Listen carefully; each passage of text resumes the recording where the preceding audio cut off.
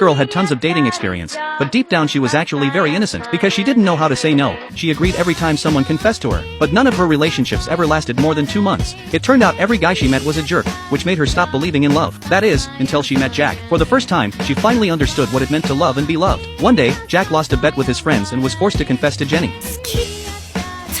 He thought for sure she'd reject him hard, but to his surprise, Jenny said yes. She even pulled Jack home with her the very same day, because in her mind, being a girlfriend meant she had the duty to take care of her boyfriend and fulfill his expectations. But instead of focusing on her, Jack became strangely interested in a nearby cabinet. He pulled open the drawer to peek inside, just as Jenny suddenly walked back into the room. Jenny was known as the prettiest it girl in the whole grade, a dream girl every guy secretly wished for. Wherever she went, she shined like a star. And Jack? He was a total nobody. 16 years single, he had never even held a girlfriend's hand. Even catching a glimpse of Jenny from afar was enough to make his face turn red. Lately, the class had been buzzing with rumors that Jenny changed boyfriends every few months. Jack was curious, sure, but he knew the distance between them could never be closed. And then one day, Jenny suddenly showed up right in front of him. The school had a survey to fill out, and she'd forgotten her pen, so she asked to borrow Jack's. His brain went completely blank. In that instant, he remembered back in first grade, Jenny had been cheerful, friendly to everyone. That's when Jack secretly fell for her. He never thought his unreachable crush would come crashing into reality because of a stupid bet with his friends. Whoever got the highest exam score had to confess to the girl he liked most. So Jack was forced to slip a little love note into Jenny's shoe locker. To his shock,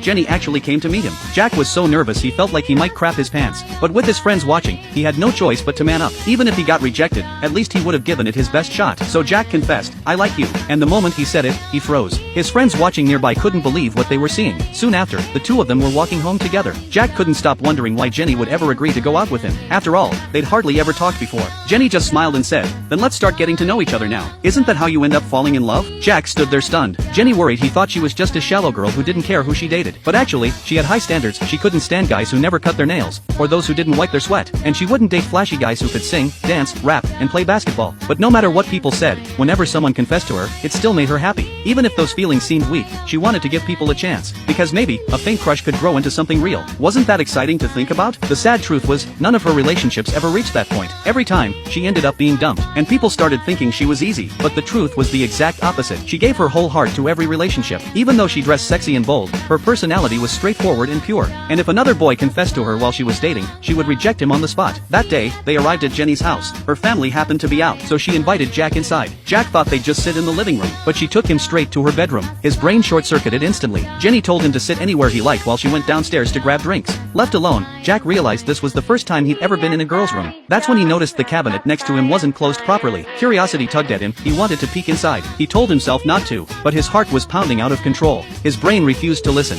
so he swore he'd only look for 2 seconds. And right at that moment, Jenny suddenly walked back in.